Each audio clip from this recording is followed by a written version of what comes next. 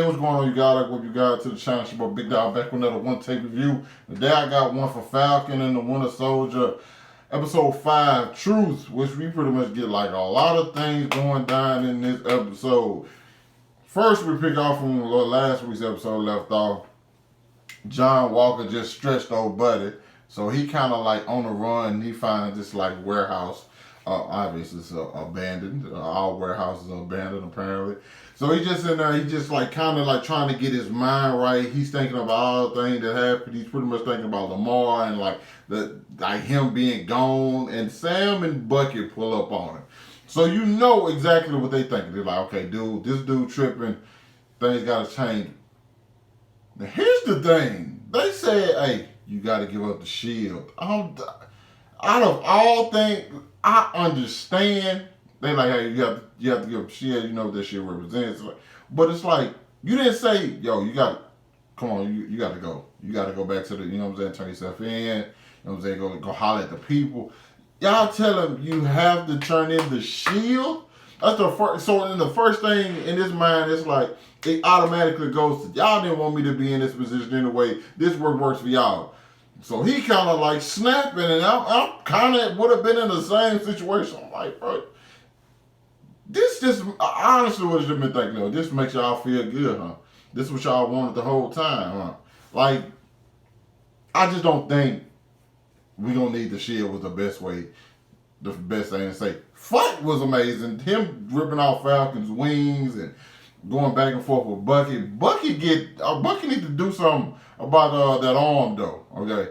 Cause Bucky got hit in the arm. Like, come on now, come on, like Wakanda Tech. I know y'all be giving high quality tech now. Y'all think y'all might have jipped that boy on that one. I'm just being real. Just being real. I never seen none of your other products do anything like that. I'm just saying. But of course, you know how it go down. There was no way he was winning, and he's got his arm broke. His arm didn't heal no time. I thought he was a super soldier. He had like this, the healing factor would have been quicker, but maybe the way they broke his arm and so on and so forth. That was great. Then another moment, like John Walker had some good moments. Okay, I cannot lie. I would be a lying dude if I said he didn't have some good moments in this episode. Him just like fighting with the stuff in his mind, him going off on the people, him having a conversation with this woman Val, who we don't know, but I'm pretty sure it's like a big boss. I thought Val actually was the PP. Jesus Christ, the person that's come. Why can't I? Second time, 2 reviews in a row, and I can't think of the person's name that pretty much coming after Carly. Second time in a row. As soon as I cut off the camera, I remember. Nonetheless, that was good. Cause like I'm when he was like arguing with the people over him, I was just kind of like he was right. He's like, yo, y'all made me this. Y'all don't understand the pressure I had to go through to be Captain America, and like, yo, you get a not so honorable discharge, and you lose all your benefits, retirement. What? Like, I'm surprised he didn't start stretching everybody right there, because at that moment it's like, wow, okay, y'all want me to be a villain, huh? Bad. That's all I was saying. Bad. Cool. Cause I can't say that's where my villain origin story probably would have started right there. Then he also has the moment where he's talking to Lamar's family. And like, you can tell they were actually close. And then he talks about like, oh yeah, that was the person who killed him. There's no way I was letting it go. It's like his mother, Lamar's mother, was pretty much like, well, my son gonna be able to rest easy knowing that the person got their comeuppance. And the only thing he looking like, John Walker looking like, I don't think, now it's in his mind, Lamar won't rest easy till Carly dead. I gotta stretch Carly. You know that's coming. He like now he right back on the go. And we go to Sam. Sam goes back and visits Isaiah, who Isaiah gives the whole story as to what they did to him. and like how they treated him, which we knew was messed up, but just get like confirmation of how things went down just makes the situation even worse. Which you understand why he's spiteful and pretty much hates like how things in the country. Like, everything he says is completely true about people like stealing like ideas and like people's lives that they're for past 500. Everything he was saying was true. The dialogue between those two was so great. Also, it's like you have one person who's kind of like optimistic, who wants to change things, even though he knows like it's an uphill battle. You have another person who just like, yo, you think like that, you naive. If you think this thing's changed at all, you naive. You know what I'm saying? You have two people different from two parts of the spectrum. Sam, like that's like, yo, I'm from the South, I understand this, you know, and then like Isaiah just like, bro, they told him my girl was dead. I loved her. I never got to see her before she died. Like, I got out of there on a whim because somebody was kind enough to fake my death. And I can't go out. I can't be in front of this. What you think that's gonna mean? They just gonna kill me. They buried me. Like, well, damn, Isaiah, you got a point. There's nothing you can really say about that. You know what I'm saying?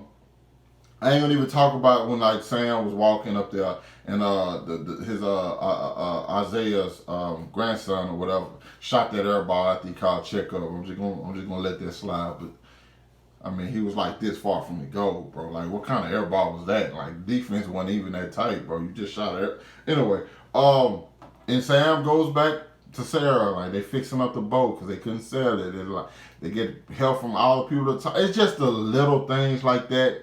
Just like that little, I don't know, just like that little time or that community of people just kind of remind me of it. It's just like, you're the hood and how you know everybody and like they look out for people. And even when Bucky showed up, he was just like, oh, what's up? And like Bucky, before I go to like with Sam and the boat and stuff, I got to go back to where Bucky pretty much goes after Zemo, finds him. Zemo's in Sokovia, where none of the Avengers bothered visiting. You know what I'm saying? The memorial for the people who died. And Bucky pretty much says like, yo, they trained you to be a killer, so you know what you got to do to Carly. And Zemo was like, yo, I take whatever comes, you know what I'm saying, with me. And the whole thing with Zemo was like, I'm not gonna kill you, because Zemo's whole thing was getting rid of these super soldiers. And like as smart as Zemo is, he kind of knew he was in a situation where it was just like, yo, I can't. My time is up. You know what I'm saying? I've done a lot that I wanted to accomplish. I can't get past these like certain humps. And he thought Bucky was gonna kill him, but Bucky pulling the trigger and showing nothing was in there, showing Zemo like, yo, I'm not who I used to be. I'm past that. Enjoyed that moment. Wakanda pulled up the Dormalize they pulled up. Zemo gone. Zemo gone. And then they asked him for a favor, which is I'm pretty sure a new suit. Well, Sam some new wings. I'm pretty sure they got the red, white, and blue colorway. Probably gonna be fire next week.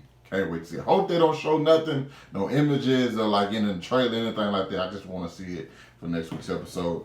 Sam and Bucky just like chilling. Bucky trying to slide on Sarah. You heard me, boy. I ain't gonna say it. I ain't gonna say it. I'm thinking it, but I don't want to say it. But I thought that was dope. Just like the back and forth, them like fixing on the boat, everything, just the camaraderie between everybody, and the dialogue all throughout this episode was exceptional. Like, I think it's one of my favorite parts about Falcon and the Winter Soldier is the dialogue, because every character has some great dialogue. Sam and Sarah, Bucky and Sam, like Sam and Isaiah. Sam is involved in a lot of these great dialogue moments, but it's just so many. Where eventually we get Sam training to take up the shield. He gets to train with the shield. He gets to put in the work because he knows like he has to step up and like I thought I liked the moment between him and Sarah where she was like, "You gonna let Isaiah?" You know what I'm saying? Kind of like I'm paraphrasing here. She was just like, "You gonna let Isaiah discourage you from doing this?" You're just like, well, this guy's been through some stuff, but Sam knows, like, yo, that's who Isaiah is, and if he'd been in a situation, that's what he would do, but he hasn't. So he sees a different way. He sees a light. You know what I'm saying? He sees a chance. He sees an opportunity to do something special. And so he's gonna go for it, which I actually like. That's one of the things I like, because there are, this is gonna be even trickier, because there are people who look at things one way and think that's how everything has to be. It's us versus other people thing. You know what I'm saying? And Sam just kind of like, it's that, but at the same time, it's more. It's so much more than that. It's not black and white. There's a gray area, and I want to explore this gray area. You know what I'm saying? So I can get people who are on this looking at it from black and white. You know what I'm saying? To look at it differently, and I think that's kind of what he's going for. And eventually, I won't say I'm going to accomplish, because it's always going to be people who look at this thing black and white. There's always going to be people who are not like him just because he's black. So many different things like that. But I think it's something he's going to explore more. And then we get the ending with the flat. Well, also we get Carly, and she's talking to George St. Pierre, but his name in the show is also George as well. And they're connected, but they're connected everywhere. They seem like they was in Central Park. It's crazy that Carly is like this huge. Well, she might not be that huge, because I gotta really like think about it. You know what I'm saying? From a perspective of, if there was somebody right now, if I seen 10 of the most wanted people on the planet walking down the street, I wouldn't know who the hell they are. You know what I'm saying? Because I just don't pay attention to that. And I'm pretty sure that's how a lot of people are. That's why they can just sit in the park and nobody recognizes them. But also the people at the park were connected to them. So then we have Sharon, who was on the phone with someone. And it seemed like the person she was on the phone with was George, simply because like George was French, and George got out of prison.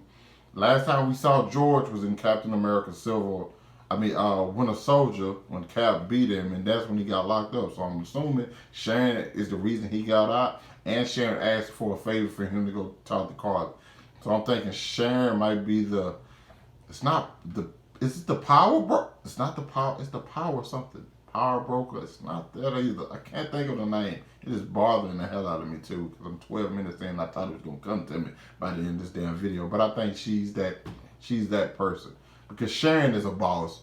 Like, Sharon legit. And I would love that, just simply because of the fact that that's something that you can use later on down the road. And we seen how cold Sharon is. Just another layer to it. We eventually, damn man, I'll be trying to like get these joints under 10 minutes, but we eventually get the whole people at the GRC and the voting and everything about to go down. And then the lights cut off and it's the flash. I can't lie like I don't rock with the Flash Master, because I 100% do. I need a Flash Master shirt. One world, one people. It's just like I can't not rock with that. Okay, it's too. It's hard, man. Like the way they go about their ideas. Yes, that's a problem. Yeah, I'm not gonna deny that. But what I think they want to accomplish. Granted, I'm looking at it from a perspective of the show, not real world, because like. We don't know what the world would be like if half the population in other race. But she got a chance to see how good it was.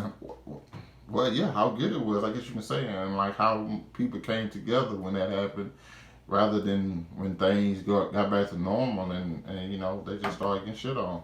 So I can't help but like I'm not rooting for them to win per se, because their mission is still to like kill a lot of people. But what they want to do, man, I can't deny. Like I'm loving it.